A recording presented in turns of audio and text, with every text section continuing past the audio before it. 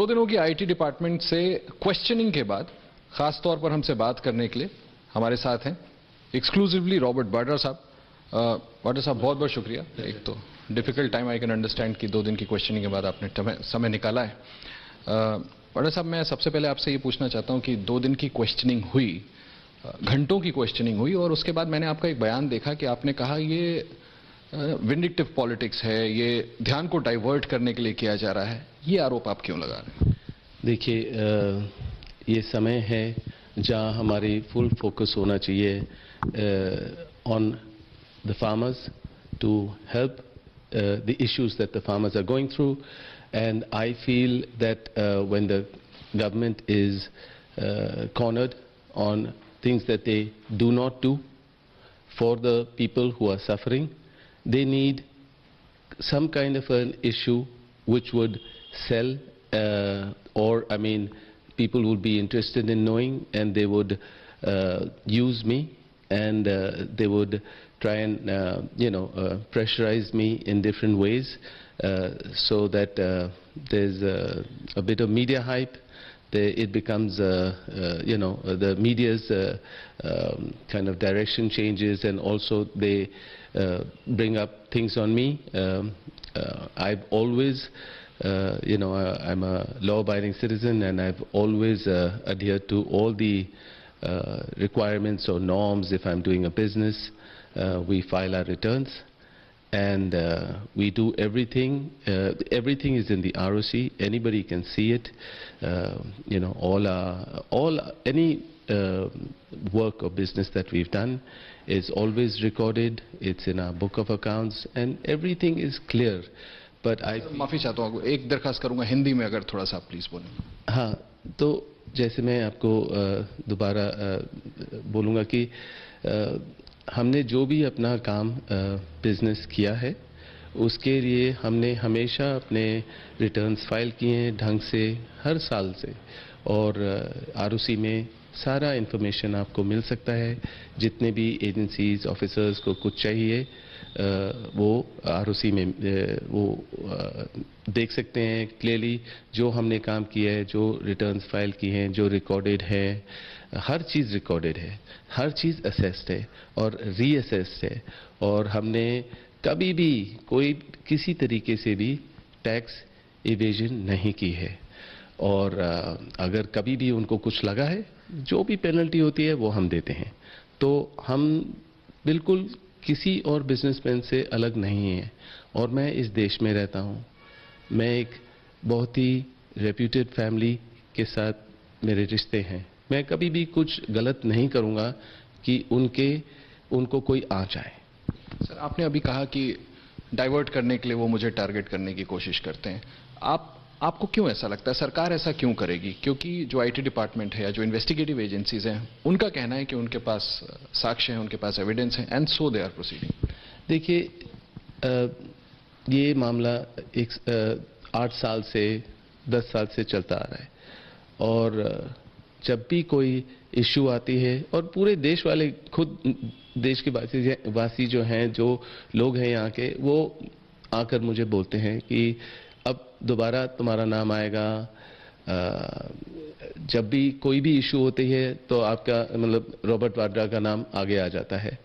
तो मुझे हमेशा लगता है, जैसे ये फार्मर्स का इशू आया था, और जैसे मेरी फैमिली ने फार्मर्स के लिए उनके आगे के लिए, उनके अच्छाई के लिए रिक्वेस्ट की थी गवर्नमेंट से कि फार्मर्स के लिए देखा जाए जो भी बेस्ट हो सकता है। और जब भी ये होता है तो मुझे लगता है कि हमेशा बात मेरे पे आ जाती है। फिर कोई ना कोई डिमांड्स, नोटिसेस, रिक्वेस्ट, ये सब प्रेशर टैक्टिक्स मेरे ऊपर आ जाती हैं। आपको लगता है कि क्योंकि किसानों के मसले को मिसेस गांधी ने उठाया, राहुल जी ने उठाया, प्रियंका जी ने उठाया, इसलिए आपको डिलिबरेटली टारगेट किया जा रहा है? मुझे हमेशा लगता है जब भी कोई भी इशू आती है गवर्नमेंट की, तो मुझे याद करते हैं वो, और मेरा कोई भी पेंडिंग या कुछ भी होता है वो मेरा नाम इस्तेमाल करते हैं।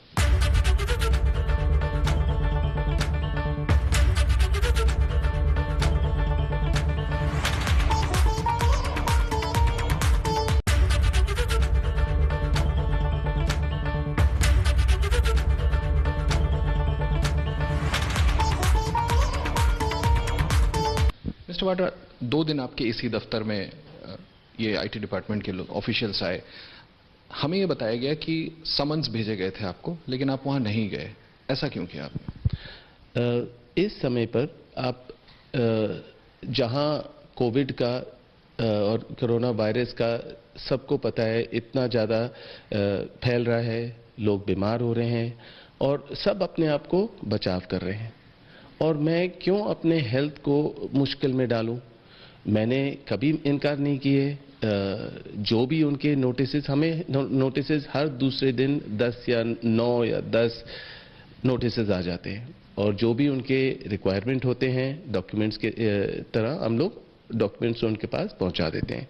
मेरे रिप्रेजेंटेटिव्स जाते हैं, सारे इश्यूज को क्लियर करते हैं। पर अगर वो चाहते हैं कि मैं वहां आऊं, अगर कोविड का टाइम नहीं होता मैं ज़रूर वहां पहुंचता, ज़रूर आता, मेरे को कोई प्रॉब्लम नहीं है। आपने देखा होगा पिछले साल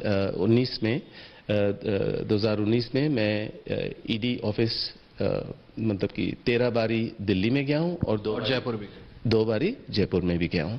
तो अगर मैं वहां जा सकता हूं और 10 से 11 12 घंटा रह सकता हूं, तो मुझे उस टाइम तो कोई इतराज नहीं थी। और मैं अभी भी, अगर कोविड पीरियड नहीं होता, मैं उनके ऑफिस आता और मैंने कहा देखिए मैं यहाँ हूँ, आप लोग यहाँ सैनिटाइज्ड है, अपने आप कोविड टेस्ट लाइए। मेरा भी कोविड का टेस्ट हुआ है। हम लोग सारे हाइजीन लेवल को देखकर जितने भी आप घंटे यहाँ मेरे साथ रहना चाहेंगे, जो सवाल पूछना चाहेंगे, मैं आंसर देने के लिए तैयार हूँ।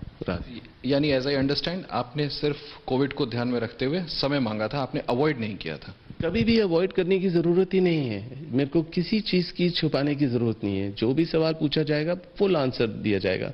और मैं होप करता हूं ये जो 8 साल से चलता जा रहा है कि ये जितने आंसर मैं देता जा रहा हूं वो इसको कंक्लूड करें। आप सभी सवालों के ईमानदारी से जवाब देने वाले साहब, मैं इसलिए पूछ रहा हूं क्योंकि मैंने हाल फिलहाल ये देखा कि इन्वेस्टिगेटिव एजेंसीज की तरफ से ये तक कहा गया कि फुली कोऑपरेट नहीं कर रहे। देखिए, मैंने हमेशा, जैसे मैंने बताया आपको, 13 बारी मैं दिल्ली में रहा, ईडी एजेंसी की ऑफिस गया, 2 बारी मैं गया हूँ जयपुर। यहाँ से जितने घंटे उनको लगा मुझे वहाँ रहना चाहिए, जितने सवाल पूछने चाहिए वो उन्होंने पूछे हैं, मैंने उनका जवाब दिया और कोऑपरेट पूरा किया। अब मैं उससे ज़्यादा क्या कोऑपरेट करूं? उन्होंने 23,000 डॉक्यूमेंट लिए हुए हैं ईडी ऑफिस ने। यहाँ जब इनकम टैक्स ऑफिसर्स आए थे उनको भी सारे डॉक्यूमेंट दिए गए हैं। और कोऑपरेशन से ज़्यादा मैं क्या कर सकता हूं? मतलब कि जो सवाल पूछेंगे सुबह से शाम, मैं तो यहाँ हूं, मैं कभी अपना देश छोड़ के जाने नहीं वाला हूं और मैं किसी के डर से यहाँ से जाने नहीं वाला हूं। चाहे कोई भी एजेंसी आ जाए, मेरे से जितने सवाल पूछना चाहेंगे पूछ लें, मैं उनके जवाब देता रहूंगा और फुल कोऑपरेशन मैं कर रहा हूं और करता रहूंगा।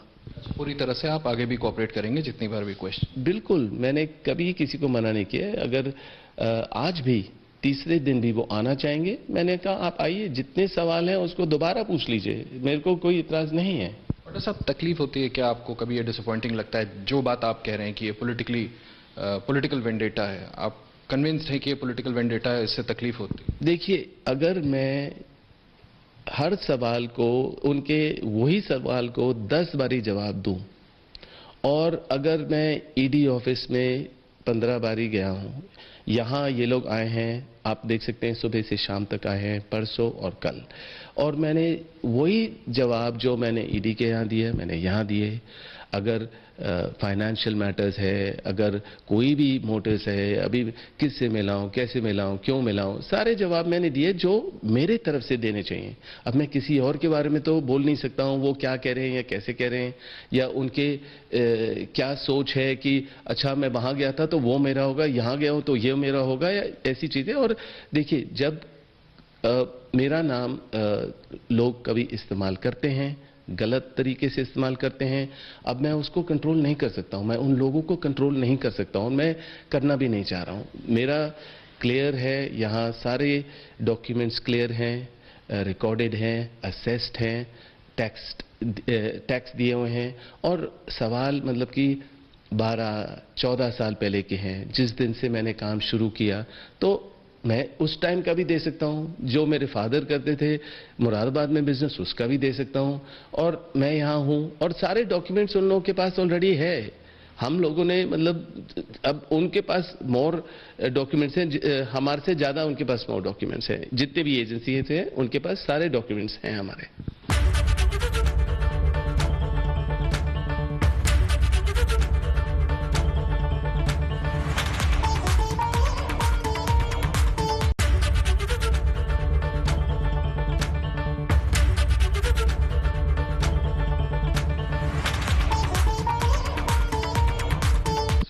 आपको लगता है कि is it only because of the Gandhi family, as you mention, कि एक परिवार से ताल्लुक है, इसलिए क्या ये गांधी परिवार को डिस्क्रेडिट करने के लिए आपको लगता है कि ऐसा किया जाए? देखिए, अब फिर से मैं दोहरा रहा हूं, वही हर सवाल मेरे को 10 बारी मुझे 10 बारी जवाब देना पड़ता है, वही आंसर हर एजेंसी को।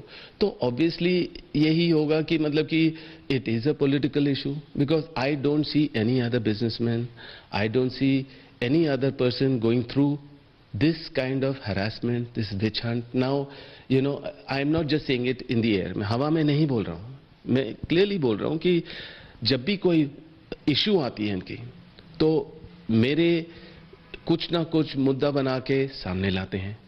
और अब उसके अलावा मैं क्या बोल सकता हूँ, क्योंकि अगर मैं कोऑपरेट कर रहा हूँ, अगर कुछ भी पूछा जाता मैं उसका जवाब दे रहा हूँ, वही सवाल 10 बारी पूछे जाते मैं जवाब दे रहा हूँ। So, I mean, there is nothing more to clear other than the same issue will come up if Priyanka goes to help the farmers' issues or any other issues. I will always be the person who they will attack. Mr. Vadra, you are confident you will come clean of this? See, I will keep fighting for the truth, and I think justice and truth will prevail. Every time I go to the court, I answer everything, whatever our matters are, if they are sub judice or whatever, we use, with the court as well on every issue. And I think truth will prevail, and you know, everybody will be clear about any issue related to me, because I'm always willing to answer any question that is asked to me. Sir, इस संबंध में मुझे एक सवाल और आपसे पूछना है कि ये जो पूछताछ हुई बीकानेर वाले मामले को लेकर के हुई, इसमें आरोप ये है कि कुछ आपके करीबियों ने जमीन खरीदी और उसमें मुनाफा हुआ उसको बेचने के बाद। इन आरोपों पे आपने आईटी डिपार्टमेंट को क्या जवाब दिया? मैंने बताया जो भी मेरे बुक्स में है, आप प्लीज, रिकॉर्डेड है, असेस्ड है, रीअसेस्ड है, जो भी है सब बुक्स में है, तो आप उसके मुताबिक चलिए ना। जो मतलब कि हमने किया है, जो हमारे ट्रांजैक्शन है, कोई कुछ भी करेगा, मेरा नाम गलत इस्तेमाल करेगा, मैं उनको कैसे संभाल पाऊंगा, मैं उनको कैसे करूं? मैं किसी के बारे में कुछ बोल नहीं रहा हूं, क्योंकि मतलब कि मैं और क्या बोल सकता हूं। मैं अपने ऑफिस में हूं, जितने सवाल होंगे, जो मेरे बुक्स हैं, जो मेरे क्लियर कट जो भी बोला जाएगा, जो दिखा सकते हैं प्रूफ के मुताबिक, हवा में या हियर से या हवा में बात करने से कोई फायदा नहीं है। जो बुक्स के है उसके सबूत के मुताबिक ही चलना पड़ेगा। बस मेरा सर आपसे बात कर रहा हूं इसलिए कांग्रेस पार्टी के बारे में दो छोटे छोटे सवाल हैं। आपको लगता है सर संगठन में कांग्रेस में चर्चा चल रही है कि राहुल जी बहुत अरसे से नाराज थे, आपके ब्रदर इन लॉ अब एक बार फिर से अध्यक्ष बन के वापस आ जाएं तो बेहतर है, ऐसा कई कांग्रेस जन मांग कर रहे हैं। आपको लगता है ऐसा होना चाहिए, उनको रीथिंक करना चाहिए और एक बार और पार्टी की लीडरशिप ले लें? देखिए, राहुल में बहुत he is very good at what he thinks, what he does, but he does from his heart, and he will do well for the future and for the Congress party. I wish him the best.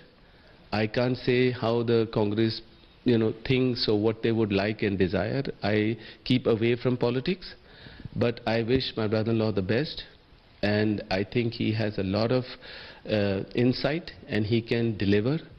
But the people of this country must give him a chance, and they must understand that he will be able to deliver, and he's a good person at heart, and his insight is very good, and he can do a lot for this country.